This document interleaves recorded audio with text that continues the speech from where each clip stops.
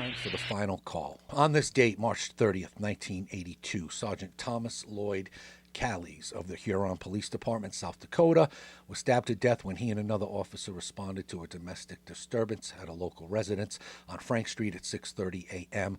The officers were familiar with the residence and did not expect any resistance. When they arrived at the home, no one answered the door, so they entered the house. As Sergeant Callies climbed the stairs, the suspect suddenly appeared and stabbed him in the liver. The suspect then cut the second officer on the arm from elbow to shoulder. Both officers opened fire on the man as they fell down the stairs. Sergeant Callies succumbed to his wounds. The suspect was arrested and sentenced to life in prison. Sergeant Callies was a military veteran and had served with the Huron Police Department for 6 years.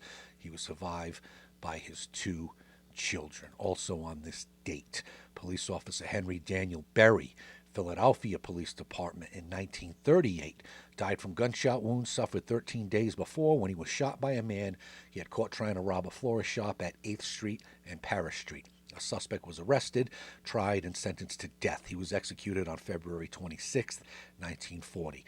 Officer Berry was a U.S. Army veteran of World War I and had served with the Philadelphia Police Department for 11 years.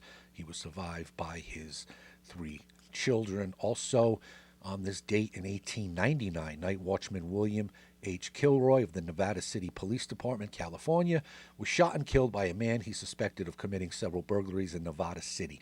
Night watchman Kilroy began to follow the subject whenever he came into town.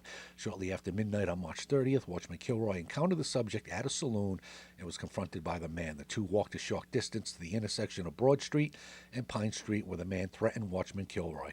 As watchman Kilroy grabbed the man's shoulders, the subject shot him in the chest, causing them to both fall to the ground. The subject stood up and then shot watchman Kilroy in the head, killing him. The man fled but was arrested by the county sheriff several days later. He was convicted of murder and sentenced to life in prison. He died at Folsom Prison on August 2nd, 1922. Night watchman Kilroy was survived by his son. May they all continue to rest in peace.